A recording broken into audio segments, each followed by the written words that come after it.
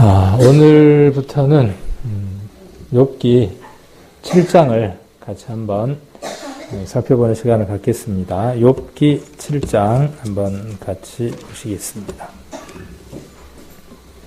욥기 7장 1절부터 한 9절씩 이렇게 쭉 읽어가면서 또 중요한 대목들이 있으면 같이 묵상하고 또 살펴보는 방법들로 욥기를 공부해 가고 있고 앞으로도 그렇게 공부를 해보도록 하겠습니다. 7장 1절을 보시면 세상에 있는 인생에게 전쟁이 있지 아니하냐. 그날이 품꾼의 날과 같지 아니하냐.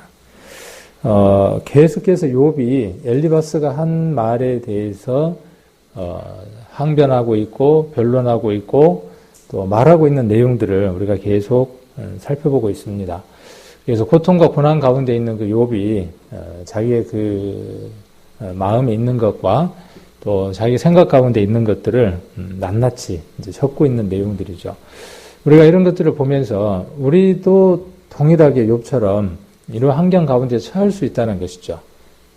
우리가 죄를 지어서 죄에 대한 대가로 징계를 받을 수도 있고, 설교에도 그런 것들을 배웠죠. 혹은 우리가 죄가 없다고 할지라도 또 우리들 삶들 안에는 거쳐가야 하는 여러 가지 일들이 있습니다. 그래서 세상 사람들도 아프고 우리도 아프고 고통을 받습니다. 우리가 그런 일들이 있을 때 그런 일들을 어떻게 받아들이고 어떻게 해결할 것인가 하는 것들을 우리가 욥기를 통해서 배워볼 수 있는 그런 귀한 시간들이 될 겁니다. 세상에 있는 인생에게 그랬죠. 그러면 세상에 있는 인생이니까 죽은 사람은 포함 안 되겠죠. 앞으로 태어나는 사람도 포함 안 되겠죠. 여기에는 저와 여러분입니다. 그리고 욥 자신을 이야기하기도 합니다. 그래서 세상에 있는 인생에게 전쟁이 있지 아니하냐 이렇게 이야기를 하고 있습니다. 우리가 아가서를 본다든지요. 이렇게 좀 읽거나 그럴 때 조금은 구어체로 돼 있어서 어렵거나 그럴 때 현대인의 성경이라든지 우리말 성경이라든지 이런 번역본들을 보면 조금 더 쉽게 이해를 할 수 있습니다. 그리고 욥이 어떤 얘기를 하고 있는가에 대해서 조금 더 이렇게 실감을 할 수 있습니다. 그래서 계속 제가 이렇게 우리 개역 한글하고 그다음에 또 다른 번역들을 이렇게 이제 번갈아 가면서 같이 보는 이유는 그래서 그렇습니다. 그래서 인생은 전쟁을 하는 것 같고, 이 표현이 어떻습니까? 태어나서 살다 보면 정말, 오늘 하루도 어떠셨죠? 치열한 전쟁터에서 폭탄이 떨어지고, 칼소리가 쟁쟁하는 그 소리 속에서, 오늘도 살아남아서 여기 와 계시는 거죠. 전쟁터 속에서 포화를 뚫고, 이렇게 살아가는 것 같습니다. 그리고 그 사는 날이 품팔이꾼의 생활과 같다 그랬죠. 이게 지금 욥의 그 삶, 욥에 지금 처해져 있는 것들을 이렇게 지금 표현하고 있는 겁니다. 땅 위에 사는 인생에게는 힘든 노동이 있지 아니하냐. 그의 평생은 품꾼의 날과 같지 아니하냐. 땅 위에 인간에게 전쟁이 없느냐. 이거는 히브리어로 되어 있는 성경을, 직역이라고 되어 있는 건 히브리어 성경을 그냥 사전적인 의미대로 이렇게 직역을 한 겁니다. 그래서 땅 위에 인간에게 전쟁이 없느냐, 있을 수밖에 없다고 이렇게 의문형으로 묻고 있는 거죠. 답을 하고 있는 겁니다. 그리고 그의 날들은 품꾼의 날들과 같다. 두 가지를 지금 이야기하는 거죠. 우리가 살아가는 이 삶을 욥은 두 가지로 이야기를 하고 있는 거예요. 하나는 뭐냐면은 전쟁터 같다는 거예요. 하나는 뭐라는 거죠? 또 하나는 품꾼이 일하는 하루의 날과 같다. 이렇게 지금 이야기를 하고 있는 거죠.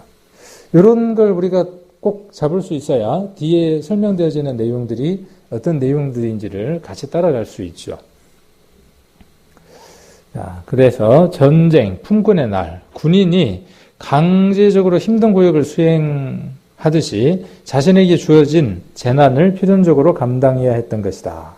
욥이 그것 때문에 지금 이렇게 말하고 있는 거죠. 이런 의미에서 욥의 현재 상황은 주인에게 고용되어 하루의 노동량을 묵묵히 감당해야 하는 품꾼과 다름없다. 이렇게 지금 표현하고 있는 거죠. 품꾼은 뭘 받죠? 품꾼은 뭘 받습니까? 품꾼은 품을 받는 거죠. 예, 하루 품을 받는 거예요. 예를 들어서 하루 품이 얼마죠? 사람마다 능력이 다르니까 각각 다르겠네요. 이만큼의 일을 하면 이만큼의 값을 치러주겠다.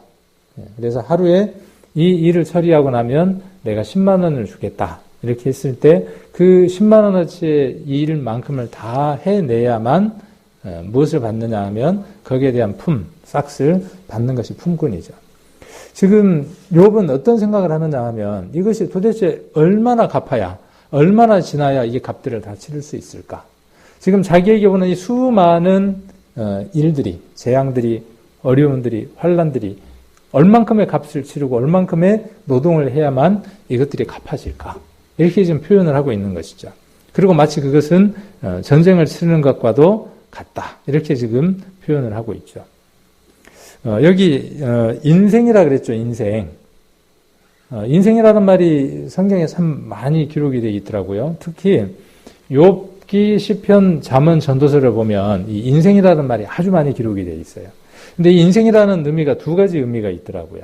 하나는 우리가 잘 아는 것처럼 아담의 후손으로 태어난 그냥 모든 사람들, 모든 인류들 이렇게 이야기할 때에도 인생이라고 이야기를 하기도 하고요. 또 하나 그러니까 아담이라고 하는, 맨이라고 하는 그냥 모든 인류다라고 하는 그런 의미의 인생도 있고, 또 하나는 어떤 의미의 인생이 있느냐 하면 에노시라고 해서 히브리 말로 좀 발음이 비슷한 발음 혹시 구약에서 이름 생각나는 거 없나요? 에노시. 그러니까 뭐 비슷한 이름 생각나는 사람 없습니까? 아담이 가인과 아벨을 낳고, 그 다음에 아벨이 가인을 쳐 죽이죠. 답이 없으시네요. 그러면 맞는 겁니다. 답이 없으시면 가인이 아벨을 쳐 죽이죠. 그래도 답이 없으시네. 그래서 죽은 아벨 대신 누가 태어납니까? 셋. 그리고 셋이 누구를 낳았어요? 아들을. 저는 항상 답을 이야기를 해드린다니까. 답을 이야기해드리고 이야기를 해드린다니까요. 창세기를 한번 가봅시다. 여기 한번 잡으시고 창세기 4장을 한번 가볼게요. 이 언어의 어원들이나 단어들을 생각을 해보면요. 재미있더라고요. 4장을 한번 가보시면 창세기 4장 26절입니다. 25절부터 보시면 창세기를 보시면요. 창세기를 보시면 힌트 하나를 드릴게요. 창세기를 보는 힌트. 지난번에 마태복음을 보는 힌트를 드렸죠. 5가지를 배우시면 마태복음은 다 배우신다 그랬죠. 그래서 지금 읽고 계시죠. 마태복음요. 그런데 창세기는 무엇을 보면 정리가 다 끝나느냐 하면 중간중간 족보가 나옵니다. 어떤 스토리를 이야기하고 난 이후에 족보가 나오고 또 어떤 이야기를 하고 난 다음에 또 족보 얘기가 나오고 어떤 얘기를 하고 난 다음에 족보 얘기가 나옵니다. 그래서 그 족보에가 아주 중요한 내용들을 담고 있는 겁니다. 여기도 지금 우리가 보고 있는 것도 마찬가지예요. 그래서 5장 1절부터 보면은 앞에 있었던 일들에 대한 내용들을 족보로서 정리하는 내용들이 5장의 내용이 기록이 되죠. 그 족보 이야기하기 전에 4장 25절에 아담이 다시 아내와 동침함에 그가 아들을 낳아 그 이름을 셋이라 하였으니 이는 하나님이 내게 가인의 죽인 아벨 대신에 다른 씨를 주셨다 함이며. 이 참 재밌어요. 다른 씨. 그렇죠. 그냥 넘어가기에는 좀 그런 것 같아요. 성경을 볼 때. 그리고 26절에 셋도 아들을 낳았어요. 그 이름을 에노스라 하매 그때의 사람들이 비로소 여호와의 이름을 불렀더라. 이렇게 앞에 있었던 얘기를 다시 한번 더 반복할 때에는 그럴 만한 이유가 있다는 거예요. 하나님이 말씀하신 것 가운데 특별히 어떤 것들을 기록하고 있고 성경의 이 장소가 이렇게도 많음에도 불구하고 선별되어서 이 말씀을 기록했을 텐데 그럼에도 불구하고 어떤 스토리가 반복되고 있다면은 그 반복된 거 안에는 특별한 메시지가 분명히 담겨 있다는 뜻이죠. 그냥 넘어가면 안 되겠죠. 그래서 또 5장도 한번 보시면 5장에서 다시 족보 얘기를 하죠. 아담 자손의 계보가 이러하니라. 그래서 쭉 이 창세기 읽으시면서요. 이 계보 그다음에 족보 이 얘기가 나올 때 동그라미를 치면서 쭉 족보를 읽으시고 앞에 어떤 일들이 있었는가를 다시 한번 읽어보십시오. 그것이 창세기를 읽는 또 하나의 팁이 되어집니다. 그래서 아담의 계보가 이렇다 이렇게 말씀하시고 하나님이 사람을 창조하실 때에 하나님의 형상대로 지으시되 남자와 여자를 창조하셨고 그들이 창조되던 날에 하나님이 그들에게 복을 주시고 그들의 이름을 사람이라 일컬으셨더라. 하나님이 왜 사람을 창조하셨을까요? 그러면 답이 얼른 안 나오잖아요. 근데 여기 답이 있죠, 항상. 하나님이 사람을 창조하신 목적, 답이 여기 나와 있습니다. 그리고 이제 3절에 보시면 아담이 130세에 자기 모양 곧 자기 형상과 같은 아들을 낳아 이름을 셋이라 하였고 중간에 누구는 빠졌어요. 이 족보애가 지금요. 여기 지금 족보애가 아담에서 다시 누구로 넘어가 버립니까? 셋으로 넘어가죠. 그런데 아까 4장에서는 가인도 나오고 아들도 나오고 하는 걸 볼 수 있죠. 그러면 이 셋이 나오고 셋 이후에 누가 나옵니까? 이제 6절에 보시면 150세에 에노스를 낳았어요.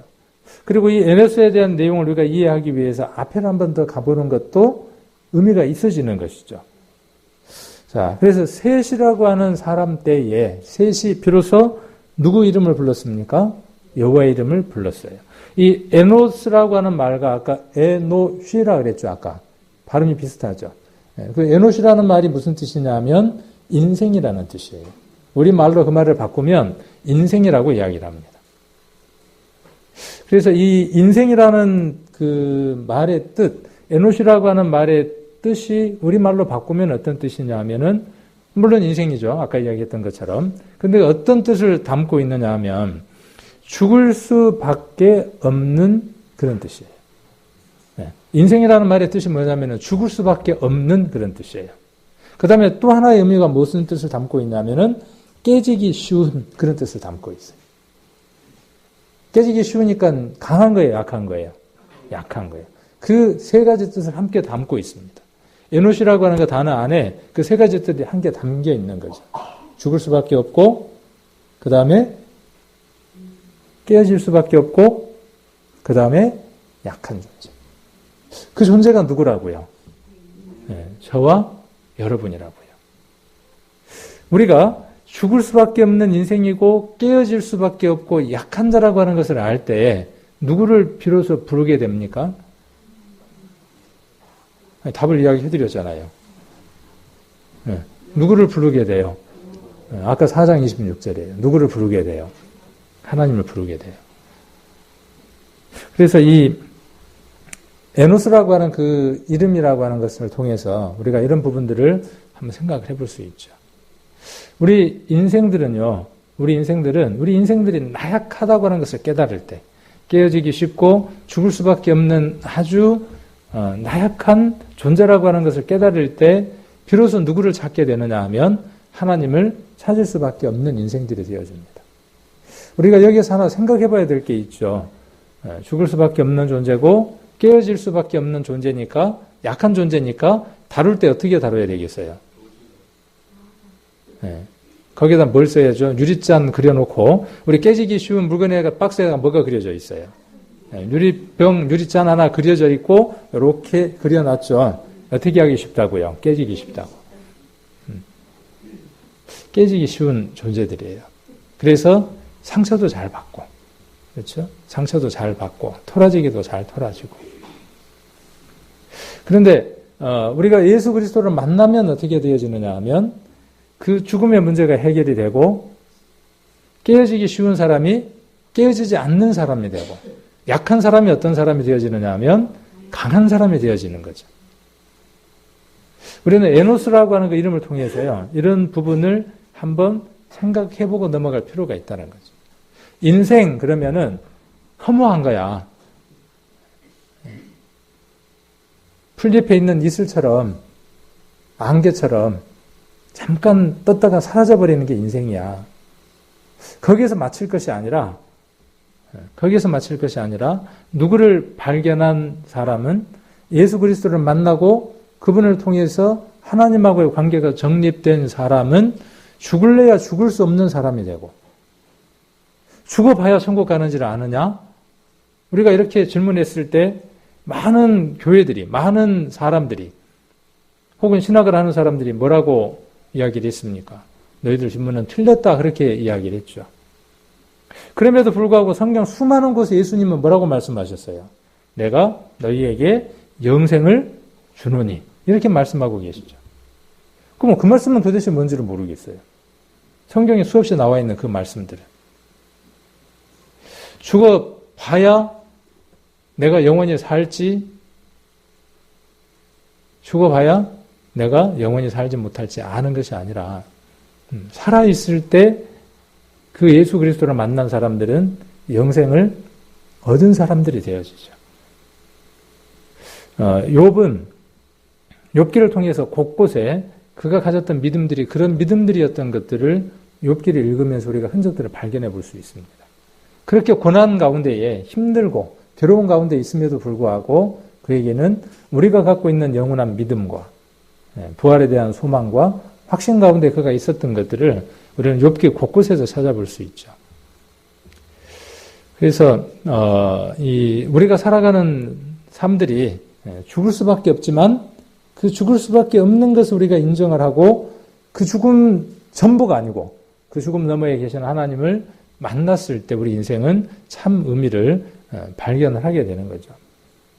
그러함에도 불구하고 여러분들은 오늘 여전히 어떤 전쟁을 치르고 살아갑니까? 여전히 그런 전쟁들로도 치르고 살아가죠. 자, 그래서 우리는 이 세상 속에서요, 먹고 살기 위한 전쟁을 치르고 또 다른 사람하고 그 경쟁 속에서 내가 이기기 위해서 또 전쟁을 치르고 수많은 전쟁들을 치르며 살아갑니다. 우리 구원함을 받은 사람들은요, 그 전쟁의 의미와 그 전쟁을 통해서 무엇을 얻어야 되는지를 잘 아는 사람들이죠. 우리가 치러야 되는 전쟁이 여러 가지 전쟁들이 있죠. 세상 사람들처럼 우리가 구원받았다고 해서 그 전쟁이 면제되는 게 아니죠. 동일하게 그 전쟁은 남겨져 있습니다. 욥이 받았던 그 전쟁, 욥에게 있었던 그 일해야 되는 그 시간들, 그 다음에 노동의 양은 욥에게 정해져 있는 것처럼 그가 받아야 될 고난이 그에게 있었던 것처럼 동일하게 우리에게도 우리 각각의 어떤 고난들이 있습니다. 각각 달라요. 정영호 전사님이 갖고 있는 그 고난의 크기와 깊이와 넓이, 그게 다르고, 꺼내놓으면 어떻든가요? 끄집어내놓으면은 그 보따리가 참, 크죠. 근데, 여러분 보기에 제 보따리는 괜찮아 보이잖아요.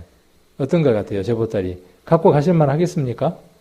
제 보따리 갖고 가실 분. 어떤 그리스도인 그 자매가 너무나 힘들게 삶을 살았어요. 이것도 해도 안 되고 저것도 해도 안 되고 자식들도 속을 새기고 남편도 힘들고 너무나 힘들어서 식탁에서 잠깐 이렇게 졸았는데 그 졸 때 누구를 만났냐면은 꿈속에서 예수님을 만났어요. 참 얼마나 좋겠어요. 우리가 꿈속에서 예수님을 만난다면은 매일 삶 속에서 만나도 좋고 그렇게 예수님을 만났는데 만났으니까 하소연 하고 싶겠어요? 안 하고 싶겠어요? 얼마나 하고 싶겠어요? 그래서 막 투덜투덜 하소연을 했어요. 얼마나 이제 긴 시간 하니까 예수님이 빙그레 웃으시면서 그러면 내가 너한테 기회를 줄게. 네 보따리가 이렇게 힘들어 보이고 또 커 보이는데 그러면 네 보따리하고 다른 사람하고 보따리하고 바꿔갈 수 있도록 기회를 줄 테니까 바꿔가라. 그렇게 말씀을 하시더래요. 그러면서 큰 창고가 있는 곳으로 이렇게 가서 그 보따리들을 보여주는데 그 보따리 이름들이 다 적혀 있겠죠. 제집에 김연자 다 이름들인데 붙어 있는 겁니다. 가서 보따리가 있어서 보따리를 이렇게 처음에 볼 때는 몰랐는데 들어가서 이렇게 풀어보니까 보따리가 다 사연들이 각양각색인 거예요.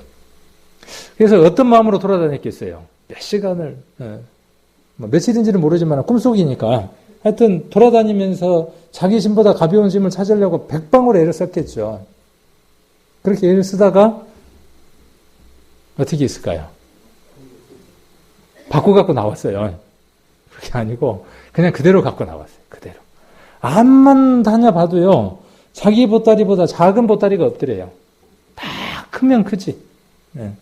그래서 잠을 깼는데 큰 깨달음을 얻었다는 거죠. 그리고 감사하며 살았대요. 우리에게 있는 모든 것들이요. 커 보이면 커 보이지만 또 다른 사람의 것들에 비교해서 보면요. 감사할 것들이 훨씬 더 많다는 것이죠. 뭔 얘기하다가 보따리 얘기가 나왔네요. 보따리 얘기하다가. 뭔 얘기하다가 그 얘기가 어떤 얘기가 나왔을까요? 네, 전쟁 얘기하다가 이제 그 얘기가 나왔는데요. 그래서 우리가 이제 치러야 되는 그런 전쟁들이 많이 남겨져 있는 것 같아요. 그래서 그런 전쟁들 우리가 치르면서 자신과의 전쟁도 있고, 그 다음에 또 세상과의 전쟁도 있고, 그 다음에 우리가 치러야 된 진짜 전쟁이 따로 있죠. 우리가 매일의 삶들 가운데서 진짜 치러야 되는 그 전쟁이 뭐냐 하면 영적 전쟁이죠. 우리에게 맡겨져 있는 것들이. 그 영적 전쟁에서 승리할 때 그때 비로소 무엇이 오느냐 하면 마음의 참 평안이 그때 옵니다. 사람들은 생각하기를 몸의 전쟁에서 이기면 마음의 평화가 올 거라고 생각을 합니다. 그리고 마음의 전쟁에서 이기면 그때 비로소 영의 평안이 올 거라고 생각을 합니다. 그러나 정반대라는 사실이죠. 사단과의 그 싸움에서 우리가 구원받는 그 전쟁이 있었죠. 사단이 우리를 놀려고 하지 않는 그 강한 힘이 있었고, 그 강한 힘에서 우리가 과감하게 예수 그리스도를 선택하고 하나님을 선택했을 때, 그 전쟁에서 이겼을 때 우리가 비로소 하나님의 자녀가 되어졌죠. 그 이후로도 우리에게는 계속 그 영적 전쟁이 남겨져 있는 겁니다. 전쟁은 한쪽은 살고 한쪽은 죽는 겁니다. 그래야 승리가 결정되는 겁니다. 그렇죠? 남북이 싸울 때 승리는 무엇으로 결정이 돼요? 어느 한쪽이 죽거나 뭘 들어야만, 백기를 들든지 투항하든지 해야 그 전쟁은 끝나는 겁니다. 여러분 안에 지금도 무엇이 있느냐 하면 그 전쟁은 지속되고 있다는 사실이에요. 하나님의 자녀가 되는 그 전쟁에서는 승리했고 이겼지만 그 이후에 하나님의 자녀답게 살아가는 그 삶들에 있어서의 전쟁은 여전히 남겨져 있다는 거예요. 전쟁이 없을 것이라고 생각하는 것 자체가 문제인 것이죠. 이제부터 진짜 전쟁이 시작된 거죠.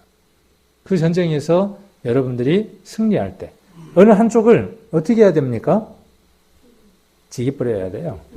살려줘서는 안 되는 거예요. 그렇죠? 그런데 어떻게 합니까? 우리가 구약을 배우는 이유가 어디에 있습니까? 가나안 7 족속을 정복해서 완전히 멸해야죠. 씨까지 다 말려야만 하죠. 우리가 보기에는 어떻습니까? 하나님이 너무 잔인하잖아요. 어떻게 아이까지 다 그렇게 씨를 말려버리라고 하냐는 것이죠. 그것 안에는 역사적으로 그 속에서 배워야 할 것들이 또 있고요. 우리가 다음에 이제 구약을 배울 때 그런 것들을 배울 수 있겠지만은 우리가 영적으로 교훈은 어떤 것들을 우리에게 주는 것이냐 하면 우리에게도 동일하게 7 족속이 있습니다. 예전에 살고 있었던 가나안 7 족속이 있어요. 그 7 족속을 쳐서 물리치는 전쟁이 우리 신앙생활인 겁니다. 나를 차지하고 있었던 내 영역들이 있어요. 내가 좋아했던 것들, 내가 버리지 않는 것들이 있어요. 그것들하고의 전쟁을 치르지 않으면 여전히 걔는 괴롭히는 겁니다. 끊임없이. 갈등 속에서 살아가는 겁니다.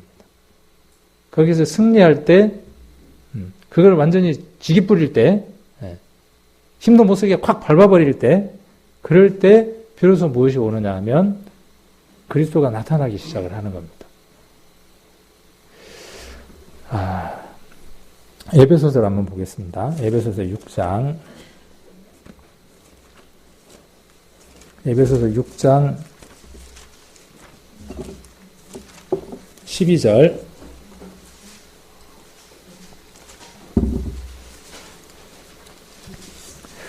오늘 이 욥기 1장 1절로 10절까지는 그렇게 비교적 복잡하지는 않아요. 그냥 쭉 읽어 나가면 되는 내용들이라 거기에 이렇게 중점적으로 보기보다는 오늘은 1절에 있는 이 전쟁하고 그다음에 종과 이 품꾼이 일어난다는 것에 대한 내용들을 가지고 우리 신앙과 한번 연관지어서 교제를 나눠보려고 합니다.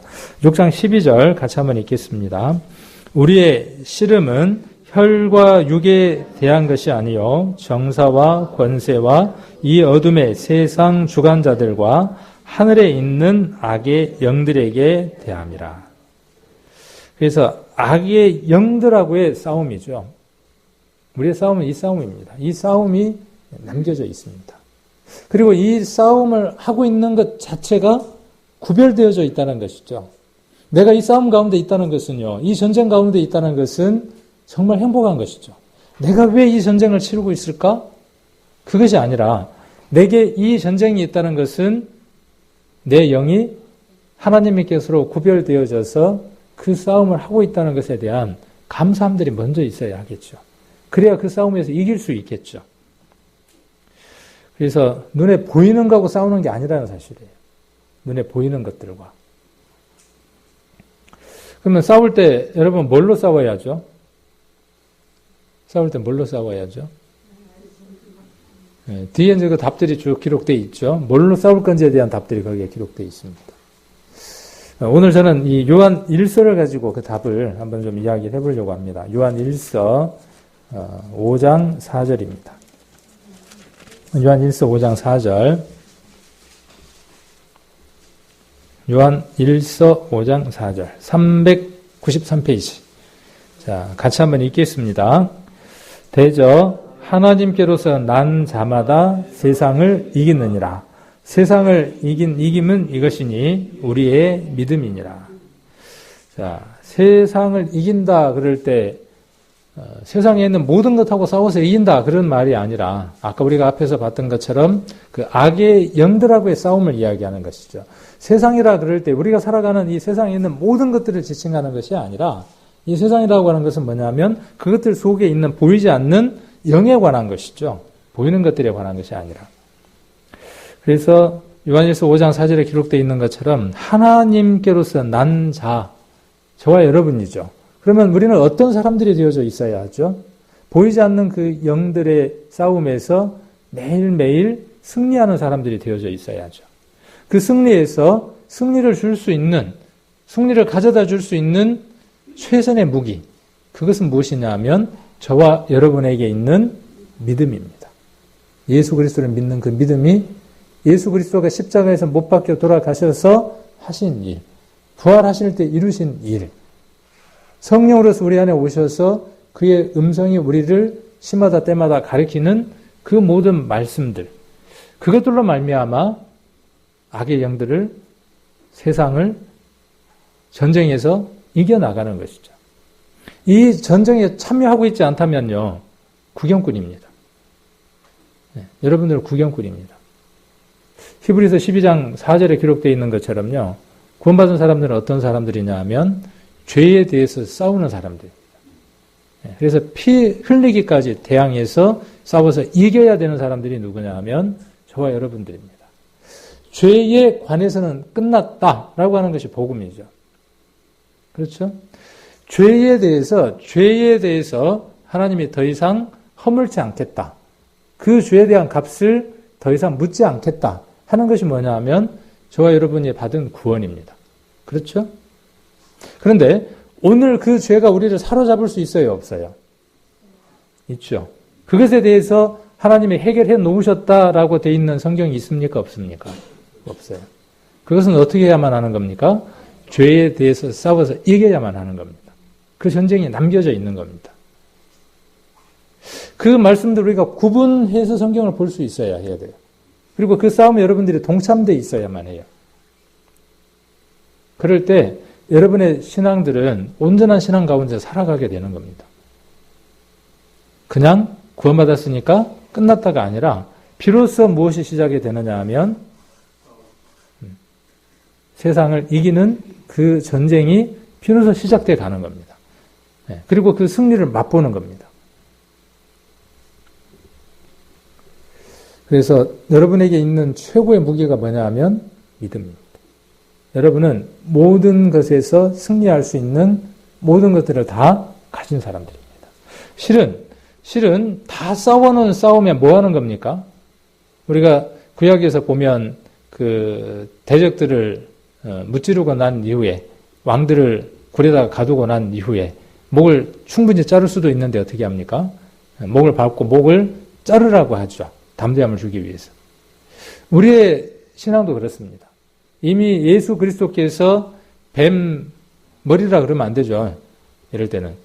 뱀 대가리를 어떻게 했습니까? 박살을 내놨잖아요. 그리고 지금 뭐 하고 있는 거예요, 뱀이? 뱀이 지금 꼬리만 살아갖고 지금 우리 간혹 가다 보면은 차를 타고 가다가 어쩔 수 없어 뱀을 한번 탁 칠 때가 있죠. 타이어로 뱀머리를 지끈 밟았어요. 네. 이렇게 백밀러를 쳐다보면 어떻게 하고 있어요? 막 난리잖아요, 막. 완전히 끝났는데도 불구하고. 저와 여러분 안에 있는 그 전쟁들은요, 그 사단이 다 끝나버린 것 속에서 그거 지금 치고 있는 거예요. 근데 거기 하나 탁 맞아갖고 어떻게 돼요? 누가 권면의 얘기를 교회에서 한단 말이에요. 그렇게 하는 게 신앙생활이요? 제대로 좀 살지? 그거 정말 좋은 얘기들이잖아요. 근데 그런 얘기 속에 누가 딱 들어오는 거예요. 아까 그 살아가지고 뒤에 꿈틀대는 사단이 들어와서 어떻게 해요? 에란 모르겠다 하나 탁 치니까 맞고 어떻게 해요? 그냥 정신이 없는 거예요, 이제. 그러니까 교회도 나오기 싫고, 그 사람도 보기도 싫고, 성경도 보기 싫고, 기도도 안 되고, 그것을 이길 수 있는 것이 뭐다고요? 믿음이라고요. 우리를 하나님 앞에서 세운 것은 그 형제도 자매도 목사도 아니고 이 교회도 아니고 누가요? 예수 그리스도예요. 그래서 모든 것들의 해결점들이 예수 그리스도의 십자가 아래로 갈 때 실타래가 풀리는 것처럼 풀려져 간다는 겁니다. 믿음이 모든 것들을 해결하는 겁니다. 그 사람이 내게 사과 안 해도 상관이 없어요. 그렇죠? 나를 아프게 하고 찌르게 하고 나를 깨지게 했던 그 사람이 내게 와서 사과 안 해도 상관이 없어요. 내 자식을 둘씩 죽여도 상관이 없어요. 믿음의 선진들의 삶들이 그랬죠. 죽였지만 어떻게 했어요? 아팠겠죠. 깨졌겠죠. 약했겠죠. 죽을 뻔했겠죠. 그렇지만 어떻게 합니까? 그 믿음이 그로 하여금 그 사람까지도 자녀로 삼을 만큼, 양자로 삼을 만큼의 사랑이 그 사람 안에 있는 것들을 발견하게 되죠. 그것이 그 사람에게만 있는 게 아니라 저와 여러분 안에도 있는 겁니다. 그런데 그 전쟁을 치르려고 하지 않는 거예요. 그 전쟁이 남아있다는 것을 우리가 인정하지 않는 것이죠. 자, 그 다음 2절을 보시면, 욥기입니다. 욥기 7장 2절을 보시면, 전쟁에 관한 얘기를 이제 나와서 잠깐 그 말씀을 한번 살펴봤고요. 아까 그날이 품꾼의 날과 같지 아니하냐, 이 얘기를 지금 2절부터 이어가고 있죠. 2절에 보시면 종은 저물기를 심히 기다리고 품꾼은 그 싹을 바라나니. 아까 품꾼 한 사람만 이야기를 했는데 품꾼의 날, 그 다음에 살아가는 모든 날이 마치 무엇하고 똑같다는 거죠? 치열한 전쟁의 날하고 똑같다. 내가 지금 현재 그런 상황이다. 그렇게 지금 자신을 비유해서 이야기를 하고 있는 거죠. 하루하루의 시간들이 마치 무엇과도 같으냐 하면 품꾼이 일하는 것과 같은 이제 그런 날이다. 그렇게 이야기를 하면서 2절에 종은 저물기를 심히 기다리고 품꾼은 그 싹을 바라나니. 종과 품꾼은 차이가 있어요, 없어요? 있네요. 두 가지를 지금 나열해서 이야기를 하는 거죠. 3절 이와 같이 내가 여러 달째 공고를 받으니 수고로운 밤이 내게 작정되었구나. 내가 누울 때면 말하기를 언제나 일어날고 언제나 밤이 갈고 하며 새벽까지 이리 뒤척 저리 뒤척 하는구나. 이 4절은 어디서 많이 본 것 같지 않아요, 이거? 사람이 깨졌을 때 이렇게 되죠. 약해졌을 때. 그리고 그 영이 그 몸과 마음이 거의 기력이 쇠하여서 거의 죽음에 가까울 때. 이렇게 되면 잠도 안 오죠. 이런 경험들 해보신 적 있습니까? 저도 있고 아마 모든 분들이 있을 겁니다. 집에서 저녁에 잠을 자려고 이불을 깔고 누웠는데 마치 아파트에 누웠는데 아파트가 땅 밑이 없는 것처럼 엘리베이터가 내려가는 것처럼 쑥 하고 한없이 꺼져 내려가는 그런 느낌들 혹시 받아보셨어요? 안 받아보셨구나. 근데 그 나중에 이제 물어봤더니 그게 스트레스라 그러더라고. 근데 먹고 사는 것 때문에 뭐 그렇게 복잡해 보지는 않았던 것 같아요. 먹고 사는 것 때문에. 그런데 하여튼 그런 것들이 있었던 것 같아요. 그리고 잠이 안 오죠. 잠이 오겠습니까? 이리 뒤척 저리 뒤척 하는 거죠. 아까도 말씀드렸던 것처럼 누구든 다 보따리들이 하나씩 다 있는 거죠. 욥에게만 있는 게 아니라. 이것도 한번 다른 번역들 한번 쭉 살펴보면, 그래서 종이 해만 지기를 바라고 품파류꾼이 품삯만 기다리는 것처럼 종이 땅거미지기를 간절히 기다리는 것 같이 품꾼이 하루 품삯을 애타게 기다리는 것 같이. 욥은 지금 어떻게 됐으면 좋겠다는 거예요. 이 품꾼이 종이 하루 일과가 끝나고 나면 어떻게 돼요? 싹쓸 받고 쉬겠죠? 종도 하루 일과가 어쨌든 끝날 거 아니에요. 어찌됐든 간에. 근데 자기는 지금 어떻다는 거예요? 자기는. 그게 지금 얼만큼이라는 거죠? 3절에 보니까 이와 같이, 그래서 이와 같이 내가 여러 달째 공고를 받으니 그랬어요. 근데 이게 하루가 아니고 매일 반복된다는 거예요. 매일 끊임없이. 하루면 끝날 것 같은데 그 다음날 또 이것이 깨고 나면 꿈인 줄 알았더니 또 반복되고 그러더라는 거죠. 그 고대 히브리 사람들, 유대인들 사회에서는요, 품꾼의 노동 시간을 규정하지 않았대요. 그래서 우리도 그랬죠, 옛날에. 뭐 시계가 있는 것도 아니니까 해 뜰 때 와서 해 질 때 가는 거죠. 그래서 끝났어요. 그래서 따라서 품꾼에게 있어서 해가 저무는 것은 단순히 일의 종교를 뜻하는 것 이외에 고역스러운 노동에서 해방되어 안식과 평화가 시작되는 것을 알리는 것이기도 했다. 그래서 여기서 욥은 고난의 때가 속히 끝나기를 소망하는 자의 심경을 노동시간이 속히 끝나기를 염원하는 품꾼의 심경에 비유하고 있다는 거죠. 종은 대가가 없어요. 종은 대가가 없습니다. 그러나 품꾼은 싹시 있는 거죠. 그 차이점이 있는 거죠. 그러나 둘 다 하루가 얼른 가기를 간절히 바라는 거죠. 해가 그냥 빨리 떨어졌으면 좋겠는 거예요. 그것에다가 지금 무엇을 표현하고 있냐면 자기의 심경을 이렇게 표현을 해주고 있는 거죠.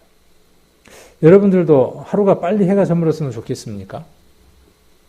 이 고난이 많고요. 어려운 것이 많으면, 힘든 것들이 많으면, 육체적으로나 또 심리적으로 이 스트레스가 많으면 하루가 정말 빨리 갔으면 좋겠다는 마음이 들죠. 근데 안 가죠. 근데 어떤 데는 보면 또 빨리 가기도 하고, 이런 부분들을 우리가 이 욥기를 통해서 양면들을 함께 이렇게 살펴볼 수 있습니다. 종은 일평생을 주인에게 매여 있고요. 그래서 종도 일을 하고, 그 다음에 품꾼은 매여 있지는 않죠. 그런데 뭘 받느냐 하면 대가를 받는 거죠. 저와 여러분도 일을 하는 사람들이죠. 일을. 근데 어떤 일을 합니까? 여러분들은 어떤 일을 하면서 하루가 지기를 기다립니까? 우리에게는 두 가지 일이 있습니다. 두 가지의 일이. 하나는 하나님 앞에 받아야 하는 벌, 마땅히 받아야 하는 벌 하나가 있죠. 수고해서 땀을 흘려야 하는 그 노동의 대가로 받아야 하는 일이 있고요. 그러니까 저와 여러분 이 일에서 면제되는 사람이 없습니다. 해야 되죠. 왜요? 아담 안에서 범죄함으로 말미암아 노동을 해야만, 땅에서 나오는 것을 읽어야만 먹을 수 있게끔 죄악된 세상이 시작됐기 때문에 그렇습니다. 이게 본연의 우리의 일인가요? 본연의 일인가요? 우리가 구원받고 난 이후에 잘못된 자유함들이 있더라고요. 그건 자유가 아니라 방종이죠. 방임이고 구분을 잘 못하는 것 같아요.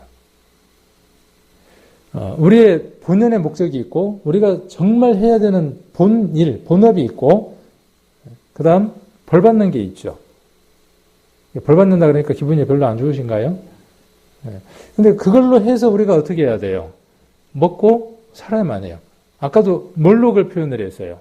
그것을 세상에 있는 사람들의 전쟁으로 표현을 했어요. 그것 하지 않으면 어떻게 돼요? 거기에서 져버리면요.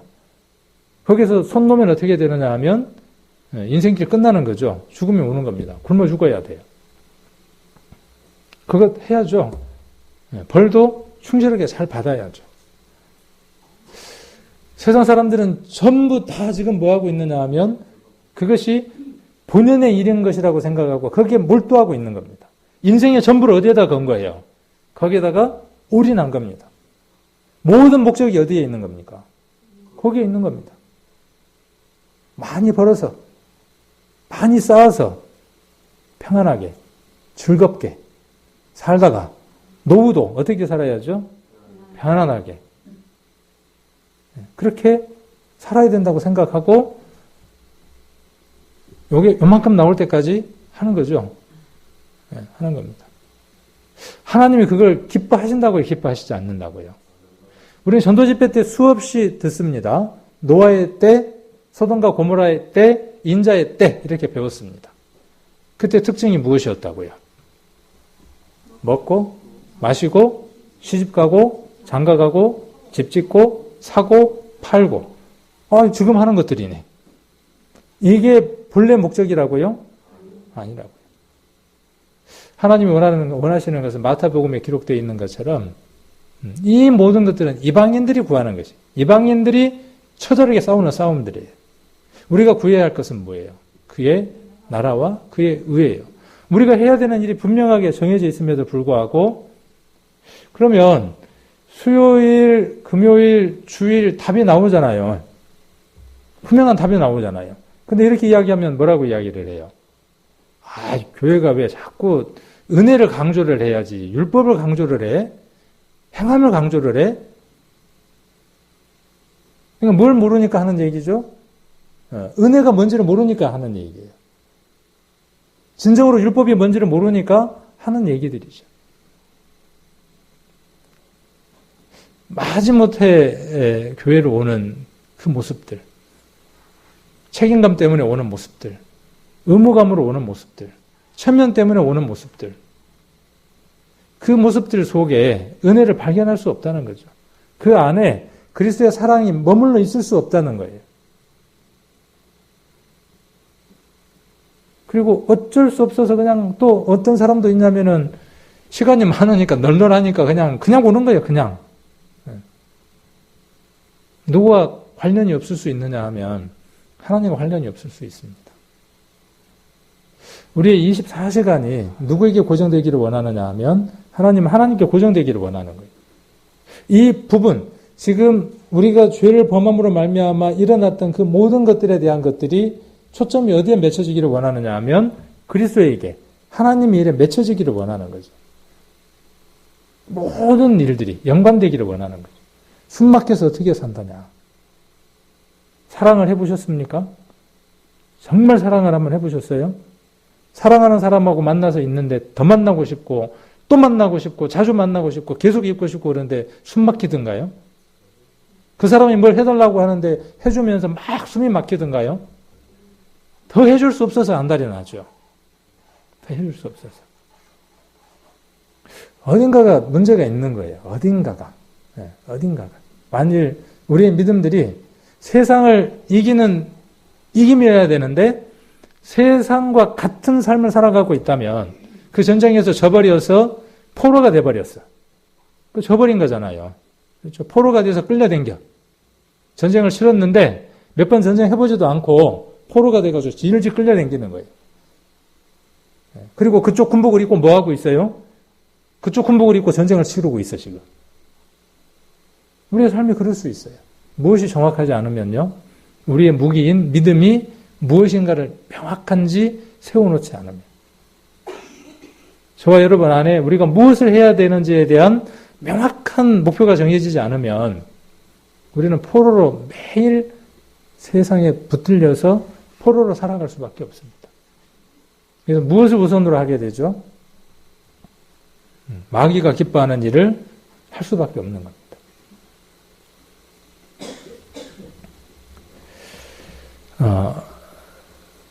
우리가 해야 되는 일이 무엇인지 잘 아시죠?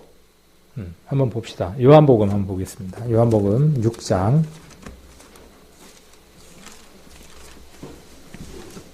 요한복음 6장 27절.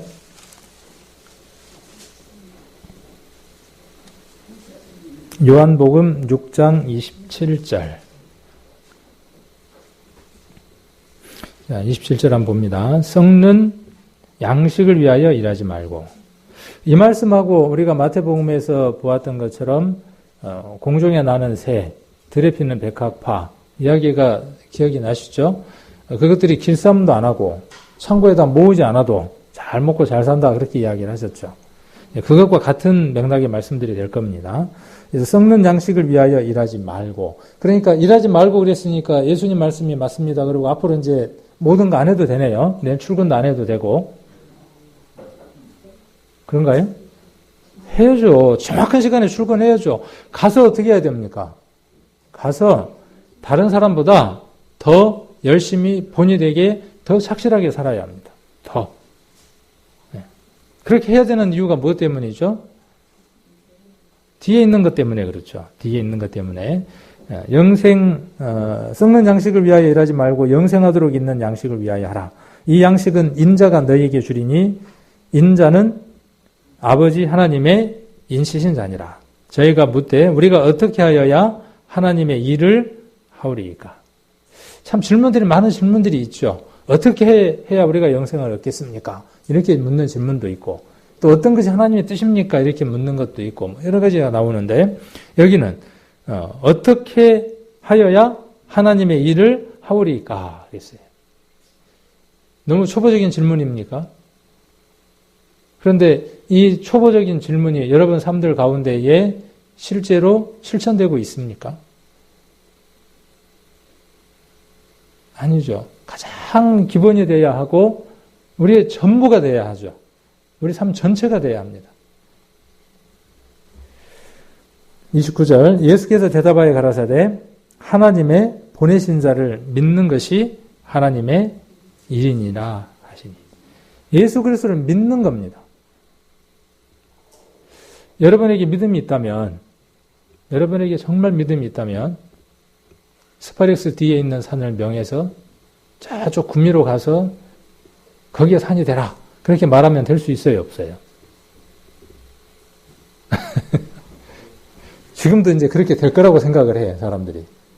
성경은 이제 오해를 해서 이 산을 명하여 바다에 빠뜨리라 해도 그대로 될 것이다. 그렇게 말씀이 기록이 되어 있죠.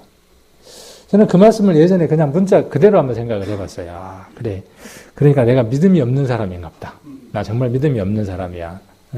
정말 겨자씨만한 믿음이 있으면 오늘 지나가면서 요만한 산을 저쪽으로 옮겨라 그러면 옮겨질 텐데 해도 돼요, 안 돼요? 안 돼. 어느 날 그 말씀을 계속 이게 내게 주어지는 말씀이 교훈이 또 어떤 것들일까라고 생각을 하다가 이 말씀들이 정리가 되기 시작을 하더라고요. 저와 여러분 안에 그 산보다 더 큰 산들이 있죠. 10,000m가 넘는 산은 아무것도 아니에요. 여러분 안에 있는 고집들, 여러분 안에 있는 철학들, 절대로 바뀌지 않는 철옹성 같은 성벽들이 있습니다. 성이 있습니다. 산들이 있습니다. 그리고 철저하게 지킵니다. 그게 무너지면 새로운 역사가 시작이 되는 겁니다. 스파렉스 뒤에 산이 무너지면 거기에 새로운 것들이 들어오고 새로운 역사가 시작되는 것처럼. 여러분이 예수 그리스도를 믿으신다면 하나님이 내게 저 산이 사라지도록 하실 수 있는 믿음이 있다고 믿는다면 그 동일한 믿음으로 여러분 심령 안에 있는 그 산에다가 한번 명해 보십시오. 종근아, 너 좀처럼 해결되지 않는 것 하나 있잖아. 끊임없이 반복되는 거 있잖아. 여러분에게도 다 하나씩 이상은 있죠. 해결되지 못하고 넘지 못하는 산들이 하나씩 있습니다. 그런데 그것을 안 될 것이라고 생각하는 겁니다. 해보려고 하지 않는 겁니다. 산을 넘으려고 하지 않고 산만 높다고 이야기하는 거죠. 누가 이야기했던 것처럼. 어느 시인이 이야기했던 것처럼. 그런데 어떻게 하면 된다고요? 그것 내게 예수 그리스도 이름으로 명하면 그 산이 무너질 수 있다는 거죠. 그렇게 하면 내 심령 안에 나타나는 삶의 변화들을 발견하게 됩니다. 하나씩 하나씩. 한번 해보세요. 한번. 여러분 심령 안에 그 무너지지 않는 산들을 하나씩 발견하시고, 문제는 내게 산이 없다고 생각하는 게 문제지. 나는 그 누구보다도 넓은 바다라는 거야. 나는 바다야. 그래서 다 받아줘. 바다가 그래서 바다라네요. 다 받아준다고. 나는 태평양보다 넓은 바다를 가졌어. 그렇게 생각하시는 분들도 있어요. 그런 사람 없죠.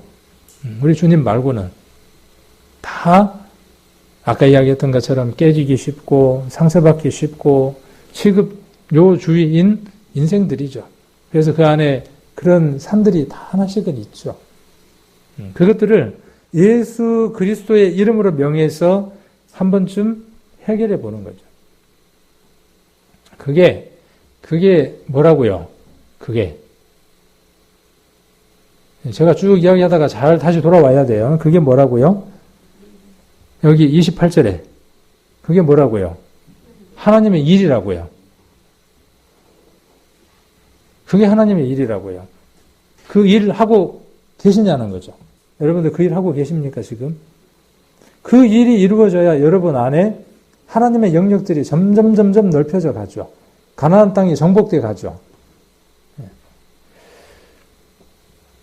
자, 28절에 하나님의 일이라고 이야기를 했고 29절에서는 하나님의 보내신 자, 하나님이 보냈으니까 받는 사람이 있겠어요, 없겠어요? 이 말들이 참 재밌어요. 잠깐만 한번 생각을 해보세요. 돌려서. 하나님이 예수 그리스도를 보냈어요. 보내는 이유가 있겠죠. 사신을 보내. 그죠? 사절단을 보내. 미리. 왜 보내는 거예요? 거기 받을 사람이 있으니까.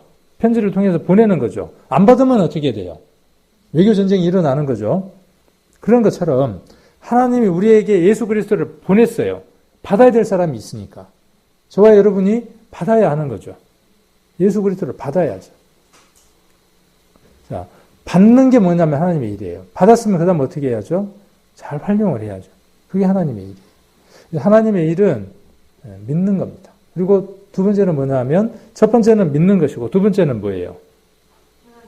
네, 그것도 맞고요. 그 다음 또 하나가 뭐냐면 그것이 이루어질 수 있도록 그것이 나와 다른 사람에게 똑같이 이루어질 수 있도록 복음을 전하는 겁니다.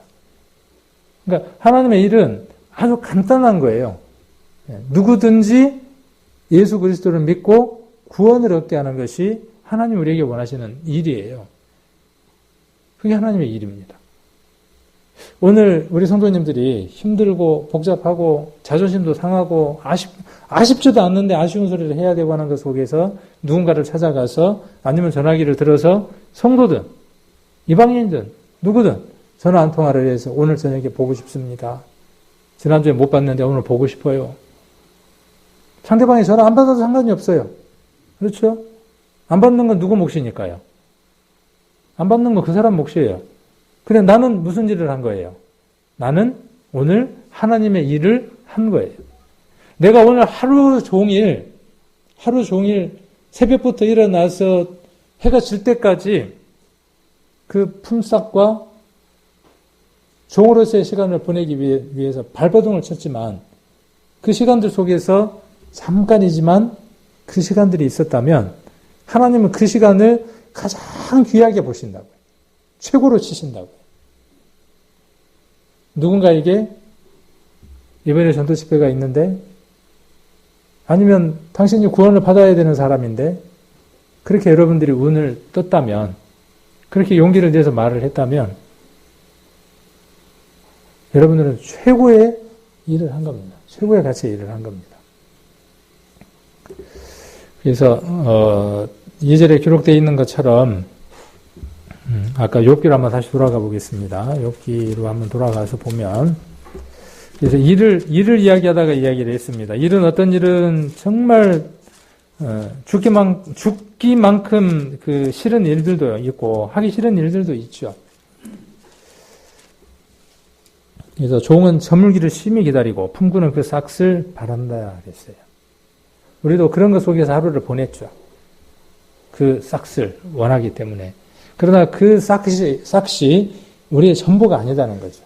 우리가 받아야 하는 품삯, 우리가 해야 되는 그 일들의 최고의 가치 기준은 어디에 있느냐 하면 예수 그리스도를 믿고 그 믿음 안에서 복음을 알지 못하는 사람에게 복음을 전하는 그 일이 하나님이 가장 기뻐하시는 일이죠. 최고의 일이죠.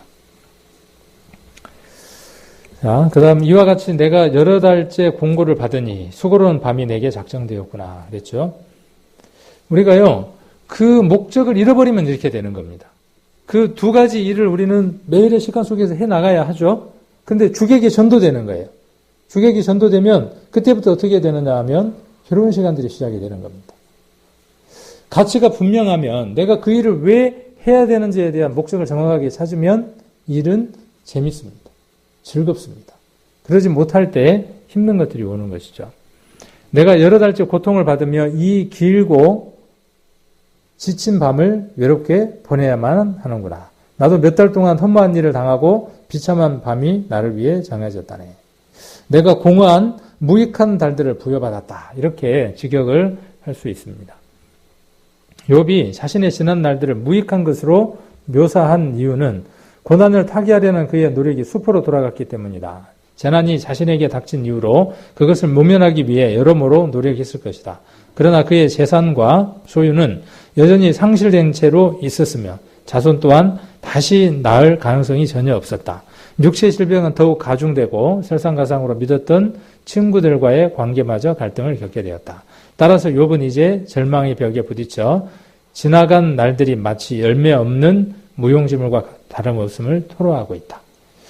이렇게 지금 이야기를 하고 있습니다.